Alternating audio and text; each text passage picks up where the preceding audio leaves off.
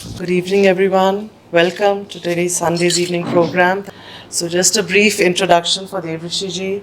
He's, I think, all his adult life been a Kriya yogi and a disciple of Paramahansa Yogananda, and followed the teachings for maybe 45 years or more. And with his years of experience, he's written this really wonderful book, which we are here to share, and I hope all of you will get it. He's also heading the Global Kriya Sangha for Ananda and the monastery in Chandigarh, which is coming up. So it's a real blessing, Devarshi ji. Thank you for sharing. Thank you. It's a great joy to be here in Ludhiana with many friends. I recognize many of you, and that's a nice Heavenly Father, Divine Mother, Friend, beloved God, Jesus Christ, Babaji Krishna, Lahiri Mahashaya, Swami Shri Yukteswarji, beloved Guru, Paramahansa Yogananda ji, saints of all religions, we humbly bow at thy feet. O great Kriya Masters, guide our lives, that we may ever move forward towards thee, towards divine freedom. Help us to be your instruments on this planet, touching all whom we meet with your grace.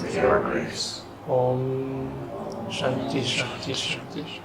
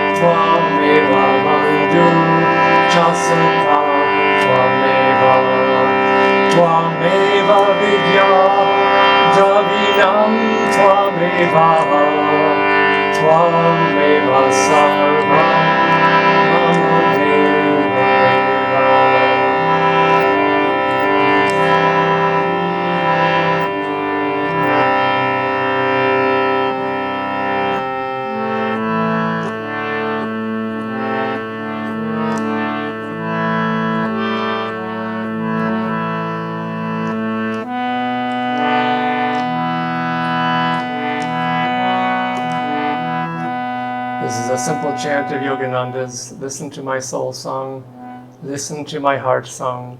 In secret in my soul I will gather blossoms for thee. Dipping them in devotion, I will lay them at thy feet. Listen to my soul song, listen to my heart song. Listen to my soul song, listen to my heart song. In secret in my soul, I will gather blossoms for you.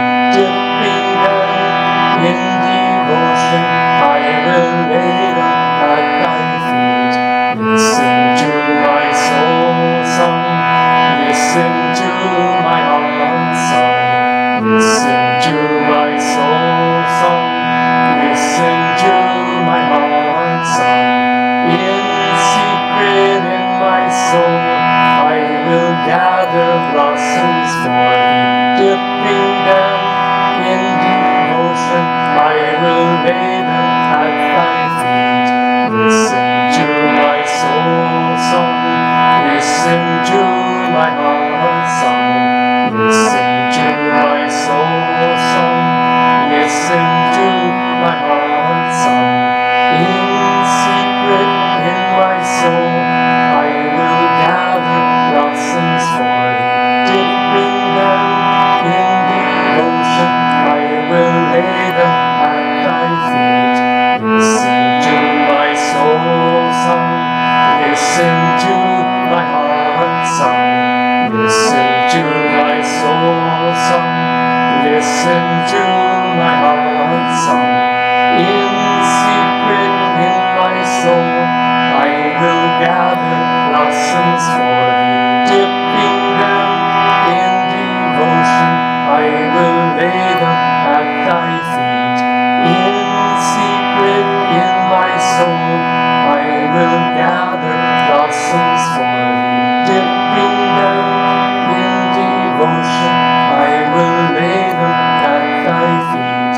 Listen to my soul song, listen to my heart song, listen to my soul song, listen to my heart song, listen to my soul song, listen to my heart song, listen to my soul song, listen to my heart song.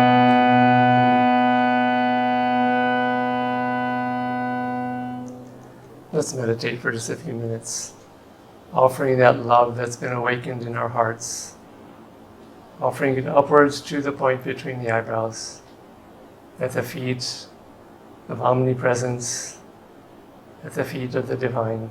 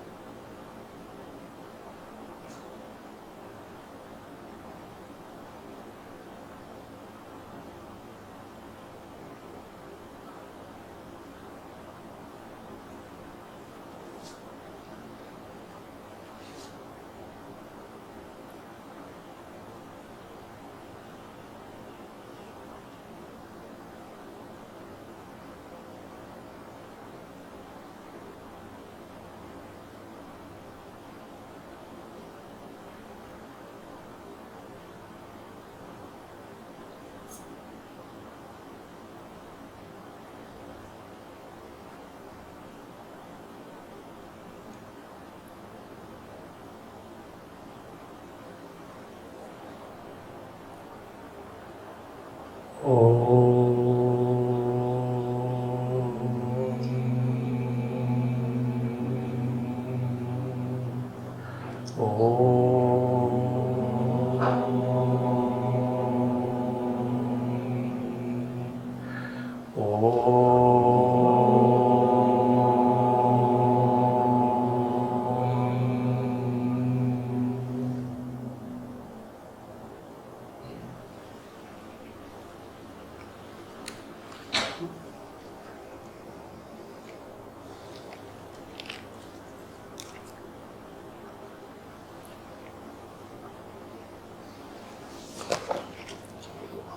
out here, get closer to everybody.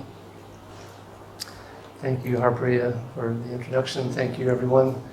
It's just a joy to be here, and there's a microphone going on here. Yeah. No, I'm just impressed by the sound of my own voice booming around the room. I'm not used to that. So it is a joy to be here with everyone and to be here in Ludhiana. And just what I have to share today is really, it's a life of my own experiences, but it's really everyone's own journey. I share a lot of stories in this book from my own life, but really they're everyone's story and what we all go through in trying to overcome our own limitations and trying to overcome desire, habit, emotions, all the things that pull us downward, and trying to find the light and the freedom and to soar in spirit. But I've also had the great blessing of guiding Kriya yogis as my main role with Ananda Sangha for about the last 20 years. And during that time, I've gotten to see many hundreds, even thousands of Kriya yogis practicing Kriya, doing these things, and I've seen the results. And I've also seen what gives the best results again and again in many people's lives. So this isn't just about one person who did it. This is about how we can all do it and how I've seen people do it. I sometimes will say that Kriya Yoga, the results are 100% guaranteed to give you extraordinary change in your own life and to really get you out of your own habits, your worst enemy, which is ourselves at times, and to give us this divine freedom. And whenever you hear someone say it's 100% guaranteed, you hear a salesman say that, and the first thing is, well, what's the catch? There's got to be a catch. And there is, which is simply that you just have to do it and you have to practice it. But again, I've seen everyone who practices these things in the way that Yogananda taught it, the ways that I talk about in this book, people get results. Yogananda said one time, he said, I can take a few young men of the coarsest type. If I teach them Kriya Yoga and they practice it in the way that I teach it, I can make saints out of them within a few years. And I've seen this to be true. And Yogananda said the catch is that they have to practice it the way I teach it, just like I said. But the results I've seen are universal. I've had the blessing of spending most of my adult life, all of my adult life really. I came to Ananda Village at the age of 21. This was in 1977. And I joined Swami Kriyananda. And I've served Yogananda. I've practiced Kriya Yoga every day since that time. And I've gotten to see the results in hundreds and hundreds of people at Ananda Village who have been practicing these things. And Swami Kriyananda liked to say that Ananda Village was a living laboratory of these teachings of Kriya Yoga and this way of life, because you saw people from all walks of life. You saw people, for me it was an unusual experience to join there, because I met people who I would not be hanging out with these people in my old life, because we tend to congregate around people kind of like us, who tend to support our own sort of delusions at times. And I've met people from all walks of life, and you see people there raising families, you see people there who are school teachers, who are business people, who are artists, musicians, all these different avenues, and you see Kriya Yoga making each one of them essentially a better human being and a saintly human being. And you see these practices of Kriya Yoga helping them to fulfill what their role in life is as a teacher, as a parent, all these different things. And so this book simply shares a life's journey, but really all of our lives' journey of trying to find truth and trying to find light and joy. Now, these teachings of Kriya were brought by Yogananda. How many people here have read Autobiography of a Yogi? Probably almost everyone here. And we read that Mahavatar Babaji gave Kriya Yoga to Lahiri Mahashai in 1863, I think it was, in Raniket, in the Himalayas. And that's not really the purpose of him bringing Kriya, was to give it to a Baba in the mountains. It was to bring Kriya Yoga here to Ludhiana in 2023, to Chandigarh, to Delhi, to all the cities of the world. And the time for this is because this is an age of energy. It's an age of Dwapara Yuga, is what our gurus teach. And it's an age of coming out of a materialistic time and into an age of energy. And it's really a joy to be here in Punjab talking about these things. Swami Kriyananda once said, I don't know how many of you know, maybe you boast about it here with everybody, I'm sure you do. He said once that if he had to reincarnate, he would reincarnate in the Punjab. And he said this, he wasn't here in the Punjab when he said it, he didn't say that everywhere he went. He said because of the high energy here.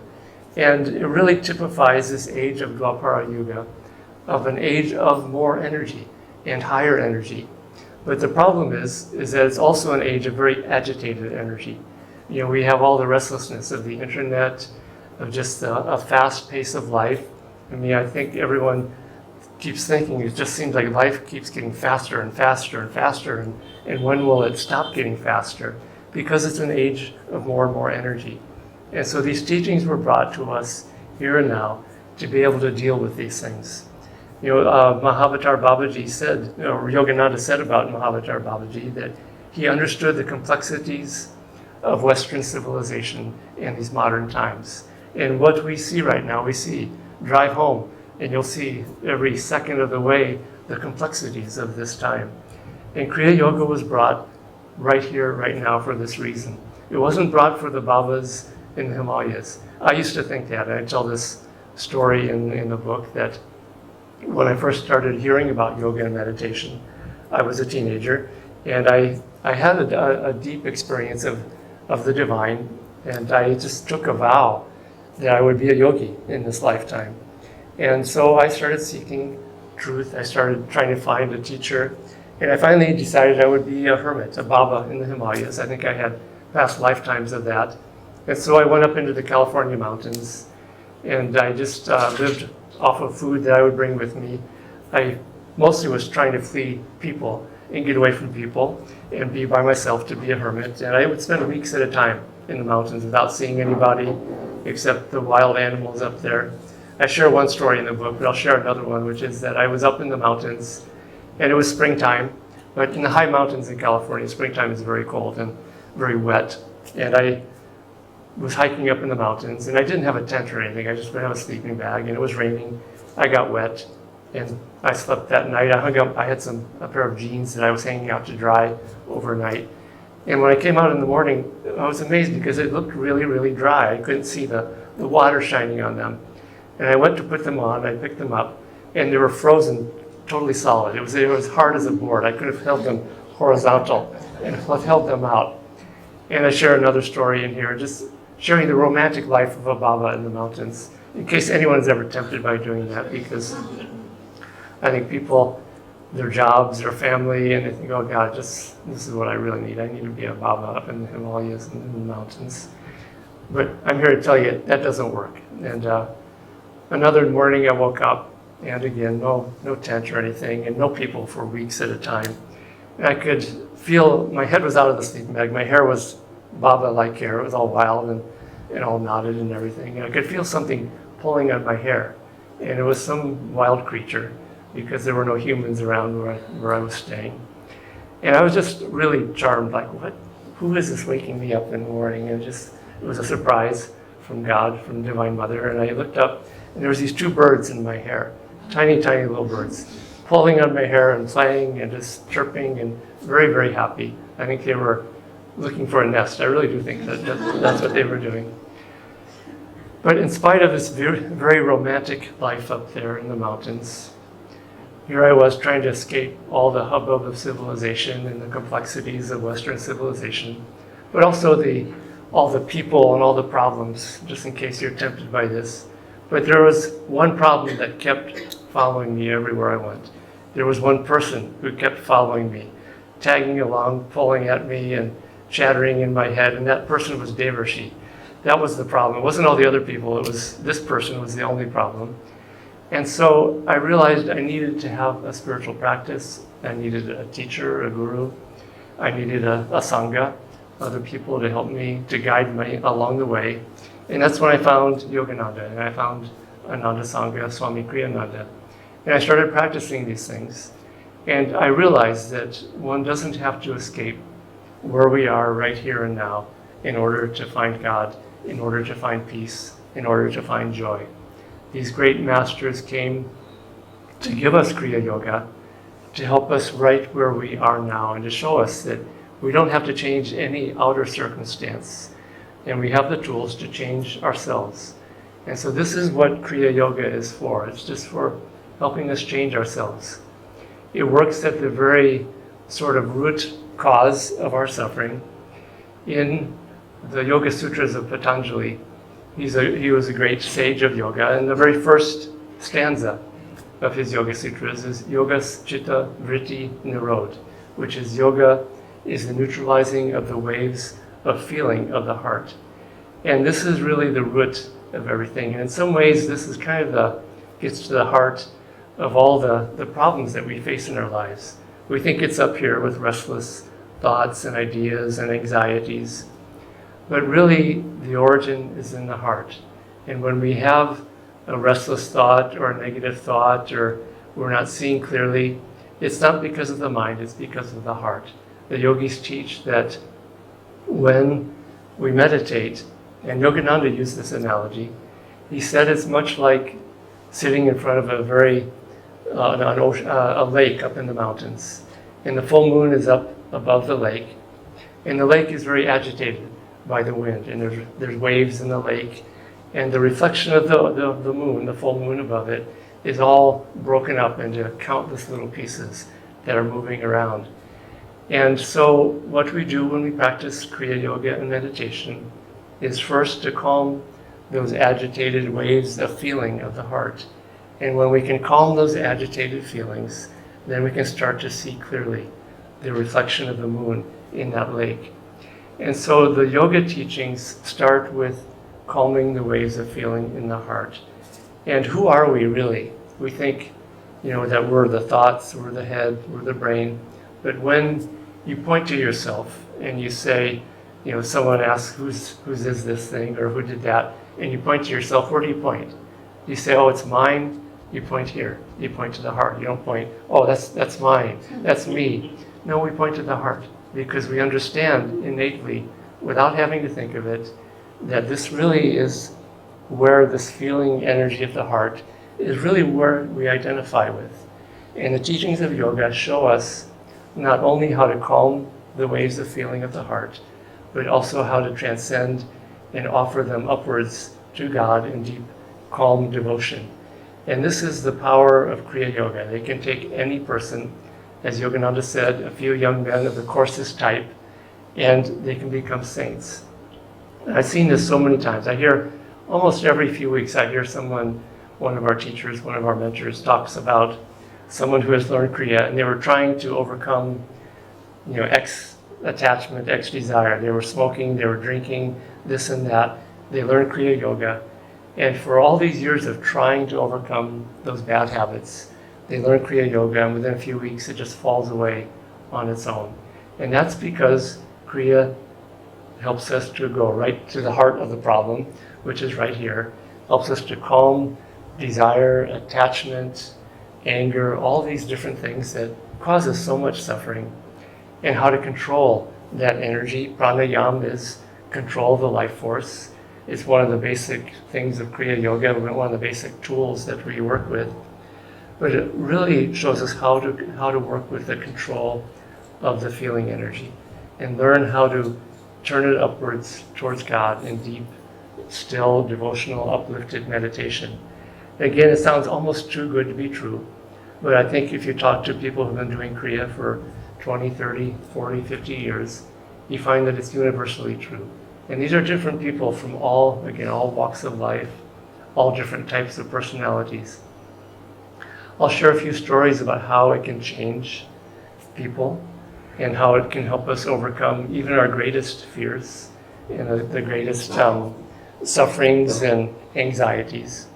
My wife was a Kriya yogi of many, many decades, and she passed away about 12 years ago, 13 years ago. And she did, like many of us, she had a fear of dying. It was just some deep-rooted fear that she just couldn't get over. And she understood, you read all the philosophy of yoga teachings and you understand it in the head, but the heart still has to catch up to all that. And she, was still trying to overcome that. And she was fighting cancer also during this time. She was fighting cancer for about 10 years. And finally, it went to her brain. The cancer went to the brain, and she knew it before the doctors did. The doctors were way behind her own sort of God-inspired understanding and intuition, and she started having some symptoms. And so we had to have her taken to the hospital to have an MRI on her brain. And at that point, it was starting to be pretty advanced, and she knew it, and she had complete freedom.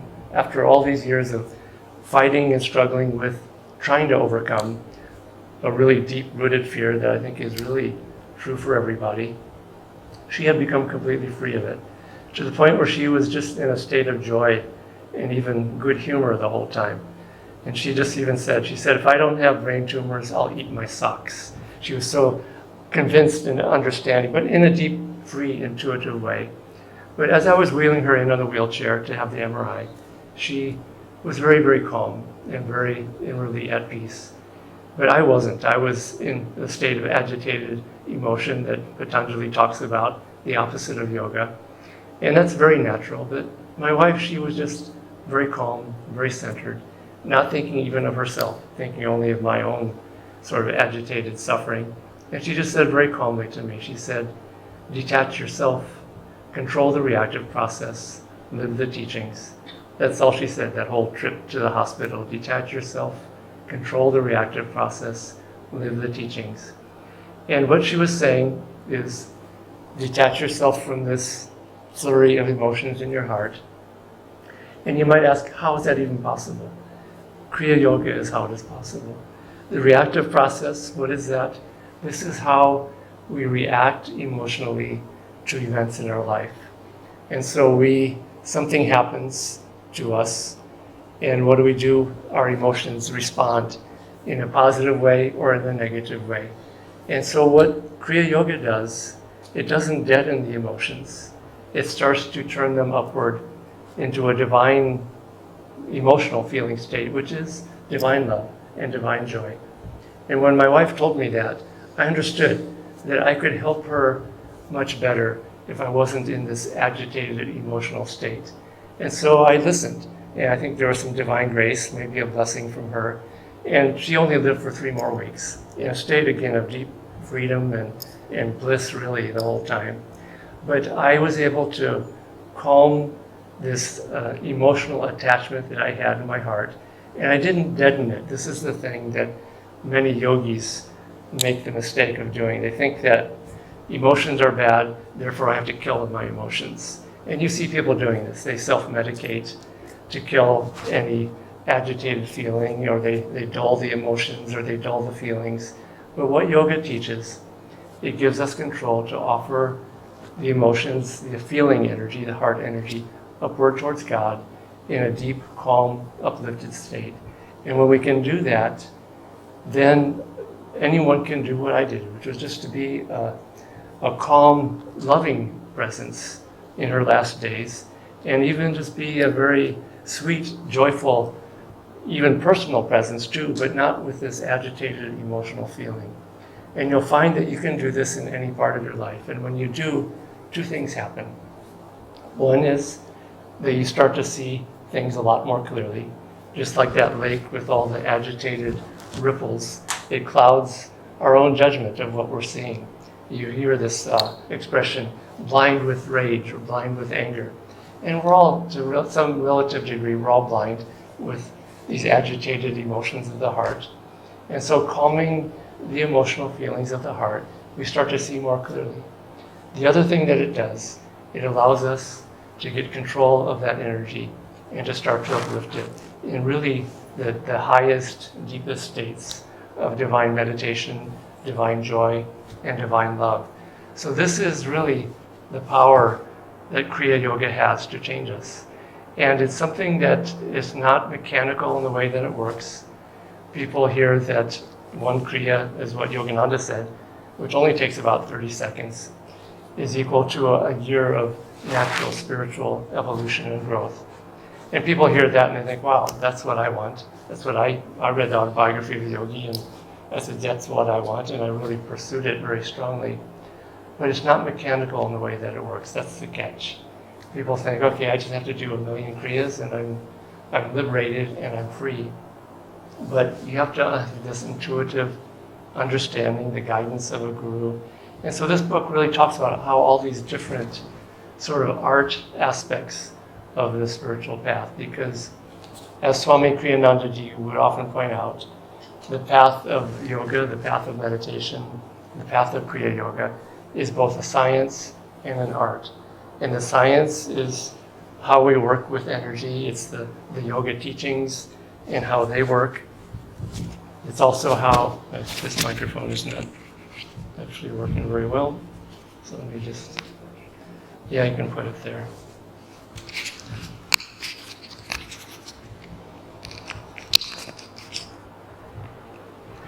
And we'll have time for questions here in a few minutes, just if people would like to ask questions. So what the teachings of yoga do is they show us how to work with science and art and bring them together. And this is what mostly this book is about, is how to work with that marriage of art and science. Even Einstein, who was a great scientist, he talked about the art side of it, which was intuition. And his great discoveries were inspirations, really. They weren't something he sort of figured out mentally. He said it came in a flash of inspiration and upliftment, where God essentially revealed to him the whole plan and design of the universe. And yoga is the same. Any art, also a musician who plays a musical instrument, it's the same. A musician has to learn the finger exercises for their instrument. They have to do the exercises every day to get control over their fingers. But they also have to work with inspiration and with upliftment. I have a friend who's a great musician, and I talk about him in this book, where when you watch him play the cello, he's just masterful with the technique, but he also is masterful with the inspiration and just the feeling of how he plays the instrument. And you can see people, you see YouTube videos all the time now of people, 5-year-olds, 6-year-olds who learn the musical instruments and are like playing Bach and Beethoven. Sometimes there's the feeling behind it, but sometimes it's just technique, it's just technical. But it also has to have this flow and inspiration to it. And so Kriya Yoga is science, technique. It's the science of yoga, but it's also art and inspiration and upliftment, devotion, divine grace. And in the end, it's working with the power of God and the power of divine grace, and us putting out our willpower and energy. I think this is what Swami Kriyananda appreciated about Punjab and Punjabis, is that they had willpower and energy. Because so many people think that it's all grace and I just kind of have to wait for grace to hit me on the head and wake me up or free me or something like that. But really, it's cooperating with divine grace, putting out willpower, putting out energy. And in a way, it's a dance in a way with the divine. I talk about this in the book. I share a story of I was in Rishikesh, and I was meditating on the bank of the Ganga there very early in the morning with a friend of mine. And when we finished our meditation, we went to bathe in the Ganga, and there wasn't a soul around. It was a very remote part of the river. And I walked out into the river, and somewhere about maybe 15 feet out, I stepped into some quicksand. And I started going into the quicksand, and I was really good and stuck in quicksand. I wasn't alarmed because it was the second time in my life I've been in quicksand. I have a lot of these experiences where I think God likes to just play with me like a cat playing with a mouse sometimes. And so I was in the quicksand, and I knew that quicksand doesn't usually kill you. It really just gets you really, really stuck. And so I was very, very stuck. I was in quicksand up to about my thigh, and the water, which luckily was very still, was right up to about here. And so I called my friend over, and I wasn't alarmed because I hadn't died yet with all these strange things that God put me into. But I called my friend over, and he reached out his hand from solid ground, and I reached out my hand. And if I had just waited for divine grace to lift me out of the quicksand, he would not have been able to pull me out because I was that stuck. If I had tried on my own power, I would not have been able to get out. It took me cooperating with him, working together, him pulling, me pushing, and finally finding a way to get me out of the quicksand, to really become free of that. And this is this cooperation with divine grace, which is what the path of Kriya Yoga really is all about. It's working with God, with the teacher, with the guru, with our own willpower, with concentration, with energy, with focus, but also with this art side, with devotion, with tuning in to God in that way with the heart. And when we do these things together, this is the power that Kriya Yoga has to free us in one lifetime. And this is really what this book is all about, is just how to put these parts all together and how to work with it. I'm just going to read one passage that really just talks about this whole idea of working with divine feeling that I was talking about earlier. And this is from Swami Kriyananda's writings. The main, indeed the only important thing on the spiritual path is to calm the emotions. Calm feeling is love, which unites the soul with God. Restless or agitated feelings, on the other hand, are emotions, disrupt our vision, and prevent us from achieving full acceptance that in our true reality, we are manifestations of the eternal stillness of God. And so this book just shows us how to do that. Because once we understand that that is the goal, it's also the obstacle in a way. But once we understand that, then Kriya Yoga gives us the tools to be able to control the reactive process, to control agitated feeling, to concentrate more deeply, to have more energy, to cooperate with divine grace. All these things really is the path of Kriya Yoga. And so I think I'll just open it up for questions, or if you have any questions that you would like me to address here. Does anybody have any questions regarding the path of Kriya Yoga or anything really you'd like to ask the questions here to answer? What is intuition and how it can be developed? What is intuition and how it can be developed? That's such a good question. Because Yogananda said that God is seen and experienced through intuition. He almost equated true deep meditation with intuition. And he defined intuition as the calm feeling of the heart. And I sort of add, and I talk about it in the book, it's the feeling perception of the heart, where we perceive with the heart. But if the heart is agitated, then we can't see clearly. And this is why sometimes I think all of us have experienced flashes of intuition, and it usually is when our heart is calm. And then we think, oh boy, I have intuition, I'm just going to start using it for everything. And we use it when the feelings are agitated and restless, and all of a sudden it leads us astray. So intuition is something that we develop over time with meditation, with true meditation, where we calm the feelings of the heart, but also lift them upwards to the divine at the point between the eyebrows. And so when we are developing intuition, we perceive from the heart rather than from the brain and from the head. And Yogananda, in his poem Samadhi, where he has the experience of God as divine bliss, in that chapter in Autobiography of a Yogi, he says, I cognized the Empyrean, the universe, from a point of intuitive perception in my heart. And so Kriya Yoga works especially with the heart energy and with developing intuition. And just be very aware that intuition is very real. We can be fooled by it, and sometimes people are fooled by it, or they see friends fooled by it, and they think, no, intuition is just a fantasy or a delusion.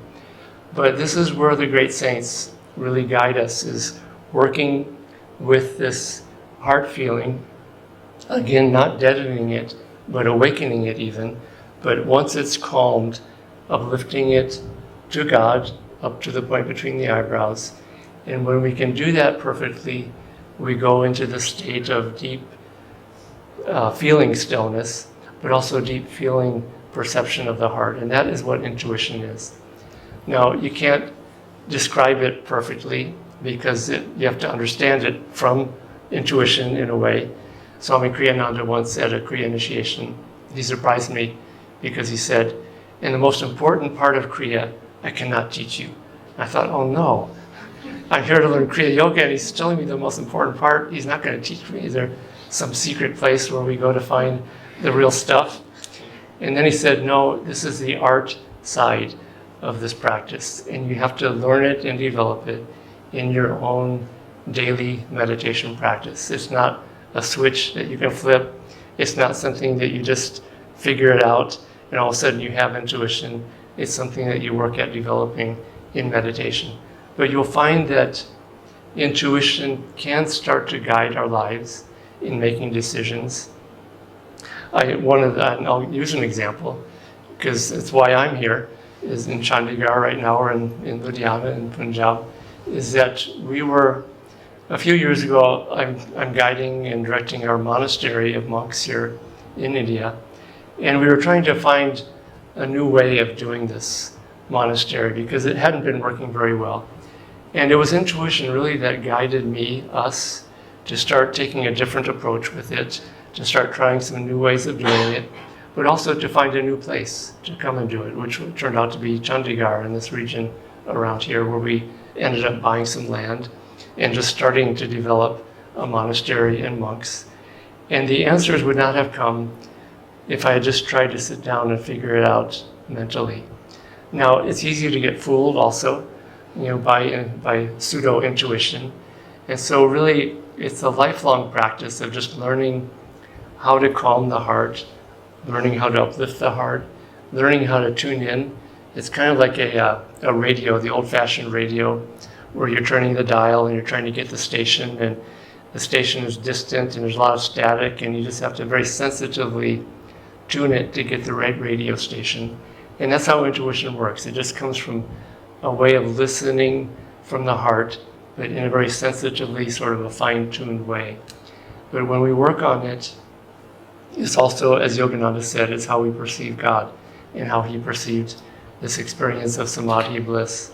So in some ways, that's the most important question to ask. What is intuition, and how can I develop it? Because it really explains how to work with this feeling energy of the heart and how to turn it around from agitated emotional feeling into this very calm, very clear seeing, divine vision and divine feeling. Thank you.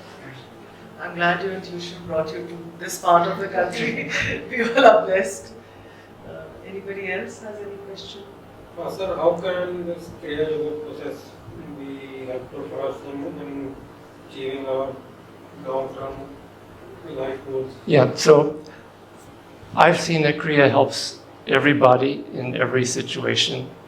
And I tell a story sometimes. I have a friend at Ananda Village. He's a Kriyaban, and he pretty much individually developed an app called Swipe, S-W-Y-P-E, which is a famous app that's for texting and messaging. He began developing this in about 2006 or 2007. He was the first to come up with that idea. And he ended up selling it for some ungodly amount of money to a larger company.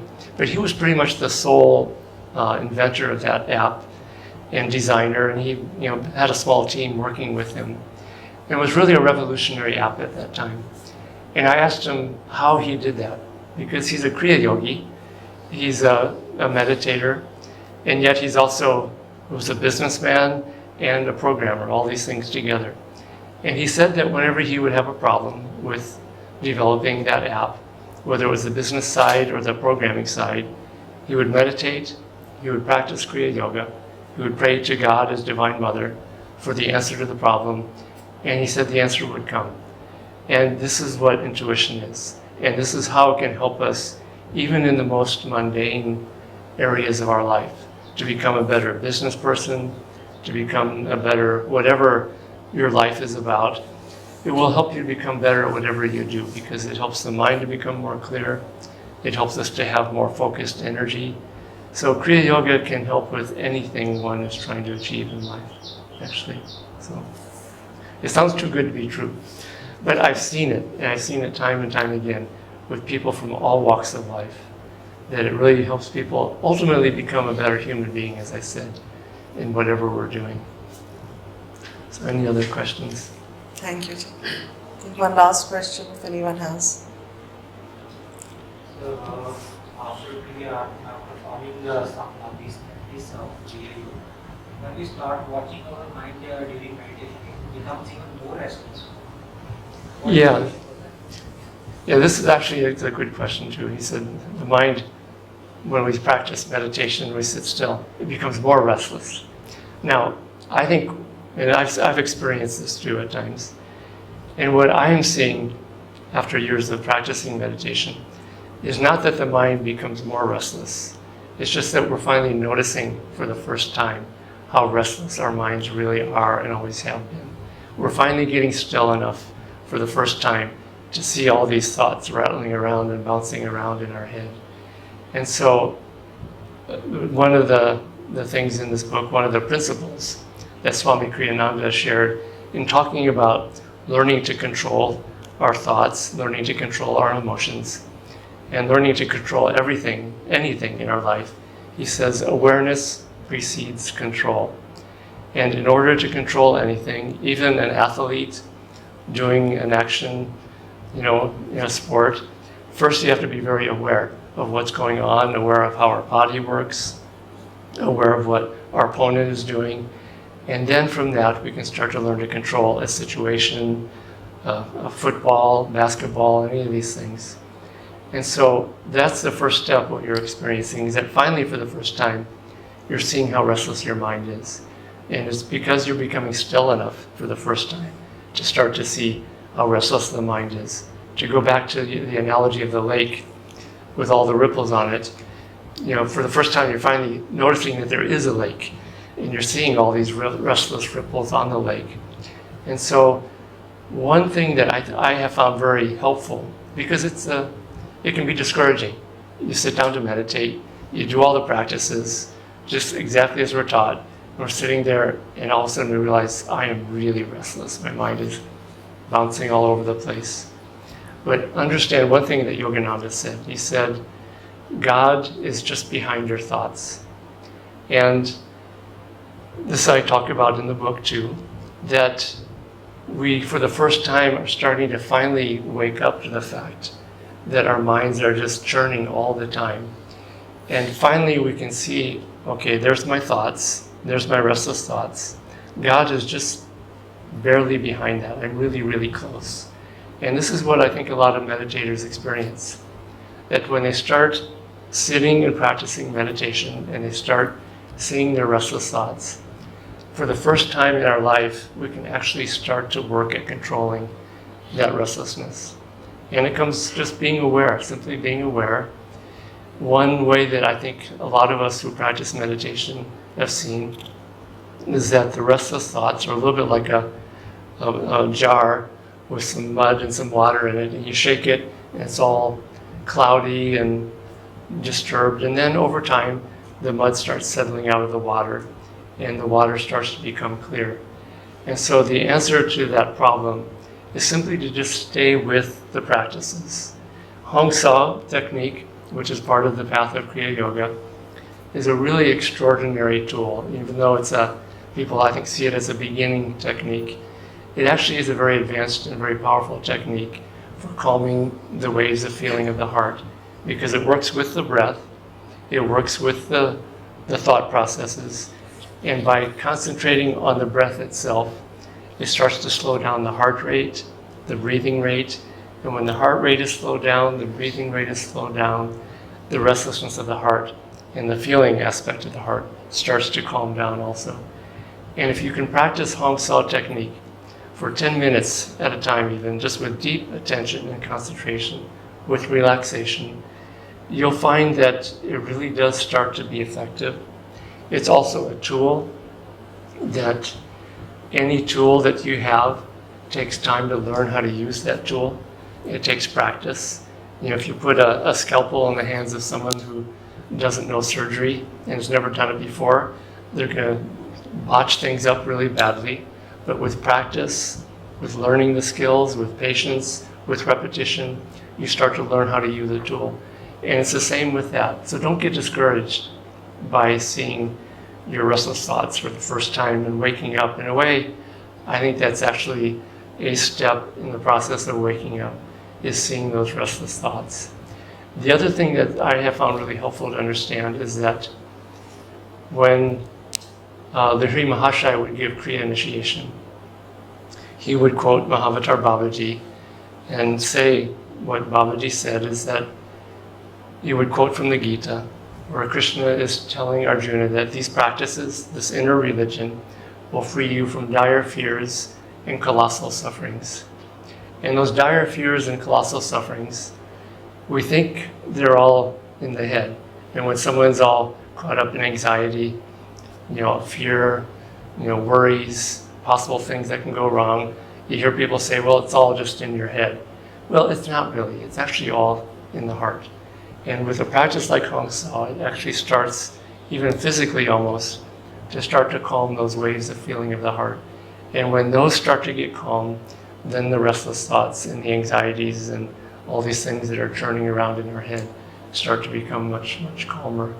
So be patient with it and keep practicing it.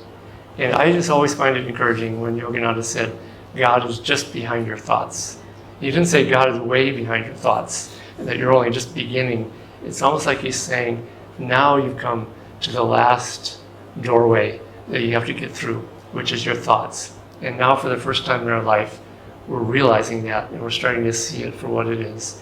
And the tools of Kriya Yoga are exactly designed to help us take that sort of final step of calming down the heart, calming down the agitated feeling of the heart, which calms the thoughts. It helps us to start to see the divine and perceive the divine easily and clearly. And Kriya does that, I have to say. I think if you talk to anyone who's been doing Kriya for 30, 40, 50 years, I think every single one of them will say the same thing, that yes, it does work to do exactly what you're asking about. So, take this calm, uplifted energy that we feel, and we'll do something that Yogananda practiced regularly at the end of meditation, at the end of other ceremonies and such, which is to act as instruments of the Divine Mother, sending out her grace and healing energy to the world. And if you'd like, you can visualize people who you know who are in need of healing. And let's pray together. Divine Mother, Thou art omnipresent. Thou art in all thy children. Manifest thy healing presence in all bodies, minds, and souls.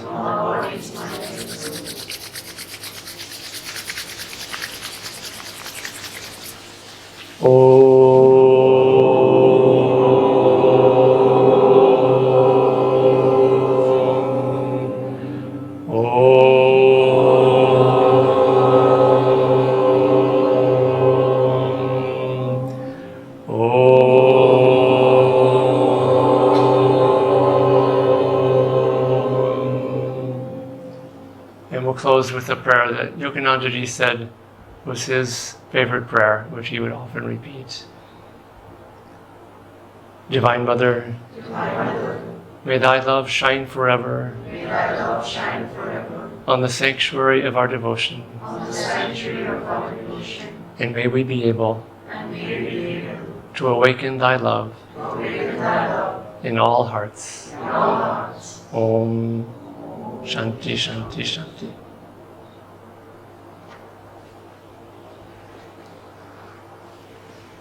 And thank you all for coming and